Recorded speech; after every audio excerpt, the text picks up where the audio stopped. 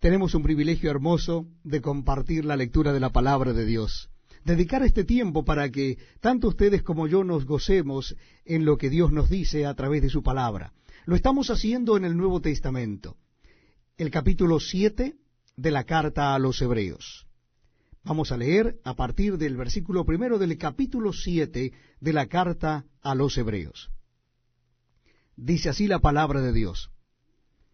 Porque este Melquisedec, rey de Salem, sacerdote del Dios Altísimo, que salió a recibir a Abraham, que volvía de la derrota de los reyes, y le bendijo, a quien asimismo dio Abraham los diezmos de todo, cuyo nombre significa primeramente Rey de Justicia y también Rey de Salem, esto es, Rey de Paz, sin padre, sin madre, sin genealogía, que ni tiene principio de días ni fin de vida, sino hecho semejante al Hijo de Dios, permanece sacerdote para siempre.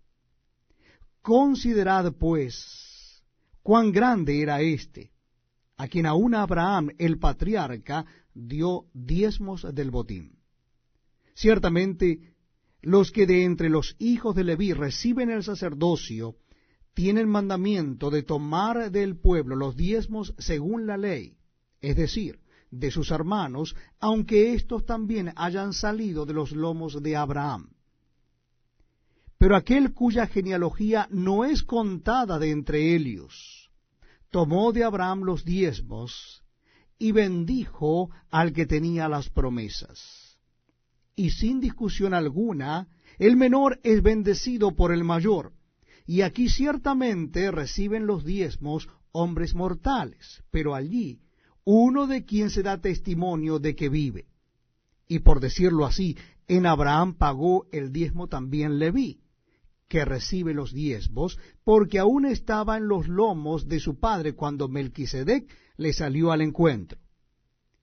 Si pues la perfección fuera por el sacerdocio levítico, porque bajo él recibió el pueblo la ley, ¿qué necesidad habría aún de que se levantase otro sacerdote según el orden de Melquisedec, y que no fuese llamado según el orden de Aarón?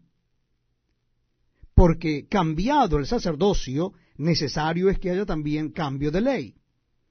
Y aquel de quien se dice esto es de otra tribu, de la cual nadie sirvió al altar. Porque manifiesto es que nuestro Señor vino de la tribu de Judá, de la cual nada habló Moisés tocante al sacerdocio. Y esto es aún más manifiesto. Si a semejanza de Melquisedec se levanta un sacerdote distinto, no constituido conforme a la ley del mandamiento acerca de la descendencia, sino según el poder de una vida indestructible, pues se da testimonio de él, tú eres sacerdote para siempre, según el orden de Melquisedec. Queda pues abrogado el mandamiento anterior a causa de su debilidad e ineficacia, pues nada perfeccionó la ley, y de la introducción de una mejor esperanza por la cual nos acercamos a Dios. Y esto no fue hecho sin juramento, porque los otros ciertamente sin juramento fueron hechos sacerdote, pero éste con el juramento del que le dijo, juró el Señor, y no se arrepentirá, tú eres sacerdote para siempre, según el orden de Melquisedec. Por tanto, Jesús es hecho fiador de un mejor pacto. Y los otros sacerdotes llegaron a ser muchos, debido a que por la muerte no podían continuar. Mas éste, por cuanto permanece para siempre, tiene un sacerdocio inmutable, por lo cual puede también salvar perpetuamente a los que por él se acercan a Dios, viviendo siempre para interceder por ellos. Porque tal sumo sacerdote nos convenía, santo, inocente, sin mancha, apartado de los pecadores y hecho más sublime que los cielos, que no tiene necesidad cada día como aquellos sumos sacerdotes de ofrecer primero sacrificios por sus propios pecados y luego por los del pueblo, porque esto lo hizo una vez para siempre, ofreciéndose a sí mismo. porque la ley constituye sumos sacerdotes a débiles hombres, pero la palabra del juramento posterior a la ley, al Hijo, hecho perfecto para siempre. Muchas gracias, amigos, por acompañarnos en este tiempo tan especial donde damos lectura a la palabra de Dios.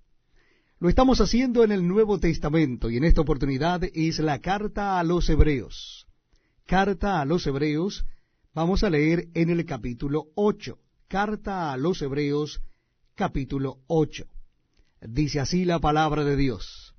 Ahora bien, el punto principal de lo que venimos diciendo es que tenemos tal sumo sacerdote, el cual se sentó a la diestra del trono de la majestad en los cielos, ministro del santuario y de aquel verdadero tabernáculo que levantó el Señor y no el hombre. Porque todo sumo sacerdote está constituido para presentar ofrendas y sacrificios, por lo cual es necesario que también éste tenga algo que ofrecer.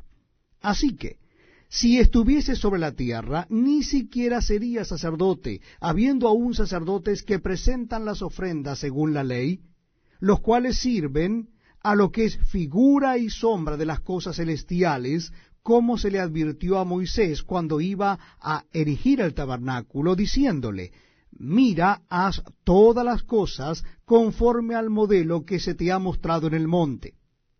Pero ahora tanto mejor ministerio es el suyo, cuanto es mediador de un mejor pacto, establecido sobre mejores promesas. Porque si aquel primero hubiera sido sin defecto, ciertamente no se hubiera procurado lugar para el segundo.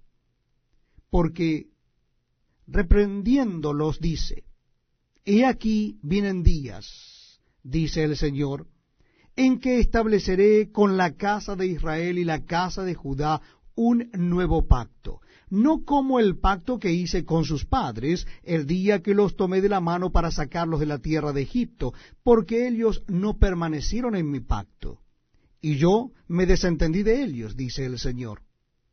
Por lo cual, este es el pacto que haré con la casa de Israel.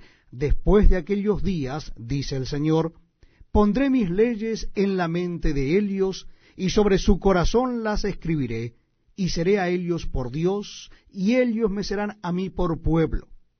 Y ninguno enseñará a su prójimo, ni ninguno a su hermano, diciendo, conoce al Señor, porque todos me conocerán, desde el menor hasta el mayor de ellos. Porque seré propicio a sus injusticias, y nunca más me acordaré de sus pecados y de sus iniquidades. Al decir nuevo pacto, ha dado por viejo al primero, y lo que se da por viejo se envejece, está próximo a desaparecer. Bienvenidos, amigos, a este tiempo tan especial donde damos lectura a la palabra de Dios. Lo estamos haciendo en el Nuevo Testamento de la Biblia, en el libro de Hebreos, carta a los Hebreos, capítulo 9. Les invito a que busquen en el Nuevo Testamento el libro o la carta a los Hebreos, capítulo 9. Dice así la palabra de Dios. Ahora bien, aún el primer pacto tenía ordenanzas de culto y un santuario terrenal, porque el tabernáculo estaba dispuesto así. En la primera parte, llamada el lugar santo, estaban el candelabro, la mesa y los panes de la proposición. Tras el segundo velo estaba la parte del tabernáculo llamada el lugar santísimo, el cual tenía un incensario de oro y el arca del pacto cubierta de oro por todas partes, en la que estaba una urna de oro que contenía el maná, la vara de Aarón que reverdeció y las tablas del pacto, y sobre ella los querubines de gloria que cubrían el propiciatorio, de las cuales cosas no se puede ahora hablar en detalle. Y así dispuestas estas cosas, en la primera parte del tabernáculo entran los sacerdotes continuamente para cumplir los oficios del culto. Pero en la segunda parte, sólo el sumo sacerdote una vez al año, no sin sangre, la cual ofrece por sí mismo y por los pecados de ignorancia del pueblo, dando el Espíritu Santo a entender con esto que aún no se había manifestado el camino al lugar santísimo, entre tanto que la primera parte del tabernáculo estuviese en pie, lo cual es símbolo para el tiempo presente, según el cual se presentan ofrendas y sacrificios que no pueden hacer perfecto en cuanto a la conciencia al que practica ese culto, ya que consiste sólo de comidas y bebidas, de diversas abluciones y ordenanzas acerca de la carne, impuestas hasta el tiempo de reformar las cosas. Pero estando ya presente Cristo, sumo sacerdote de los bienes venideros, por el más amplio y más perfecto tabernáculo, no hecho de manos, es decir, no de esta creación, y no por sangre de machos cabríos ni de becerros, sino por su propia sangre, entró una vez para siempre en el lugar santísimo, habiendo obtenido eterna redención. Porque si la sangre de los toros y de los machos cabríos y las cenizas de la becerra rociadas a los inmundos santifican para la purificación de la carne, cuánto más la sangre de Cristo, el cual mediante el Espíritu Eterno se ofreció a sí mismo sin mancha a Dios, limpiará vuestras conciencias de obras muertas para que sirváis al Dios vivo.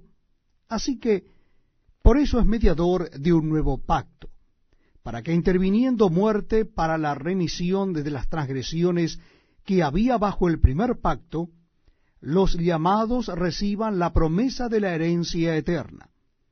Porque donde hay testamento es necesario que intervenga muerte del testador, porque el testamento con la muerte se confirma, pues no es válido entre tanto que el testador vive, de donde ni aun el primer pacto fue instituido sin sangre. Porque habiendo anunciado Moisés todos los mandamientos de la ley a todo el pueblo, tomó la sangre de los becerros y de los machos cabríos con agua, lana escarlata e hisopo, y roció el mismo libro y también a todo el pueblo, diciendo: Esta es la sangre del pacto que Dios os ha mandado. Y además de esto, roció también con la sangre el tabernáculo y todos los vasos del ministerio. Y casi todo es purificado según la ley con sangre, y sin derramamiento de sangre no se hace remisión. Fue pues necesario que las figuras de las cosas celestiales fuesen purificadas así, pero las cosas celestiales mismas con mejores sacrificios que éstos. Porque no entró Cristo en el santuario hecho de mano, figura del verdadero, sino en el cielo mismo para presentarse ahora por nosotros ante Dios. Y no para ofrecerse muchas veces, como entra el sumo sacerdote en el lugar santísimo cada año con sangre ajena.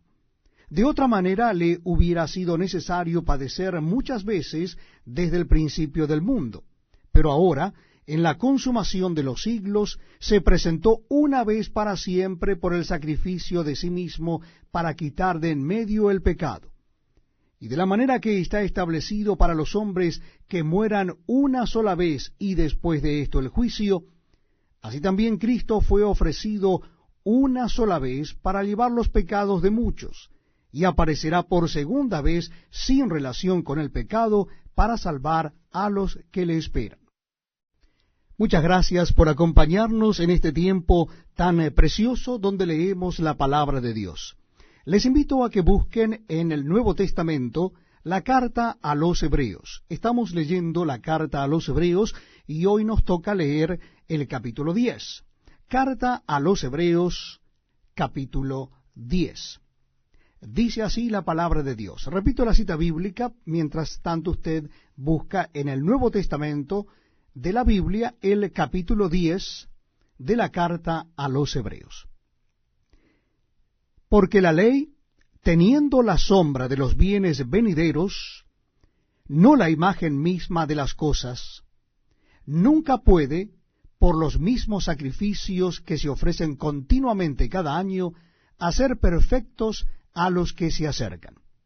De otra manera cesarían de ofrecerse, pues los que tributan este culto, limpios una vez, no tendrían ya más conciencia de pecado. Pero en estos sacrificios cada año se hace memoria de los pecados, porque la sangre de los toros y de los machos cabríos no puede quitar los pecados. Por lo cual, entrando en el mundo, dice, sacrificio y ofrenda no quisiste, mas me preparaste cuerpo, holocausto y expiaciones por el pecado no te agradaron. Entonces dije, he aquí que vengo, oh Dios, para hacer tu voluntad, como en el rollo del libro está escrito de mí. Diciendo primero, sacrificio y ofrenda y holocausto y expiaciones por el pecado no quisiste, ni te agradaron, las cuales cosas se ofrecen según la ley. Y diciendo luego, he aquí que vengo, oh Dios, para hacer tu voluntad, quita lo primero para establecer esto último. En esa voluntad somos santificados mediante la ofrenda del cuerpo de Jesucristo, hecha una vez para siempre. Y ciertamente todo sacerdote está día tras día ministrando y ofreciendo muchas veces los mismos sacrificios que nunca pueden quitar los pecados.